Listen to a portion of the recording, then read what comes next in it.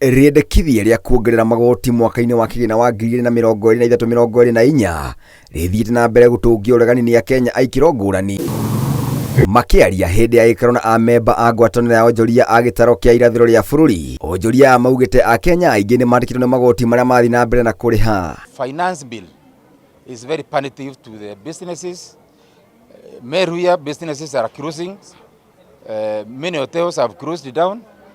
And if we increase the taxation, then it will become very difficult for the business community to be able to survive. Matongoroti nĩ mũnini wa mũikarĩri gĩtĩ wa ngwatanĩro ĩno gũkũ bũrũri-inĩ Eric Ruto, amemba aya morĩtie thirikari gũthugunda njĩra ingĩ cia gwetha mbeca handũ ha nyongerera makĩria, makiuga onjoria aingĩ mahota kũhinga biacara ciao kumana na magoti maingĩ marĩa mararĩha. And the only way government can be able to increase its taxes is to increase the tax base. Through an organized business organization like ours, we want to help the government to organize the base of the pyramid of the informal sector so that they can come into the tax bracket, so that the payment of taxes can be distributed equally across the country. And I think so that we are not exposing the few businesses and we are taxing them to the last drop of their shilling.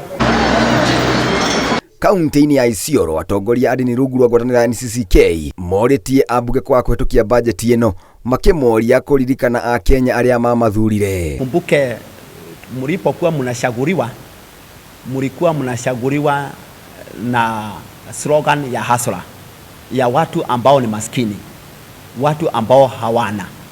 Mlikuwa mnatumia slogan ya mama boga, na mama boga hakuna jambo kubwa ambalo limefanya mama boga akainuka ili aweze sasa kufanyiwa a bigger taxation. Matongoroti nĩ mũikarĩri gĩtĩ wa ngwatanĩro ĩno kaunti-inĩ ya Isiolo Reverend Nathan Maingĩ, atongoria maugĩte Akenya aingĩ nĩ ahinyĩrĩrie nĩ kwambatĩra gwa thogora wa mũturĩre, makĩũria mũtongoria wa bũrũri William Ruto kũririkana ciĩranĩro iria erire Akenya.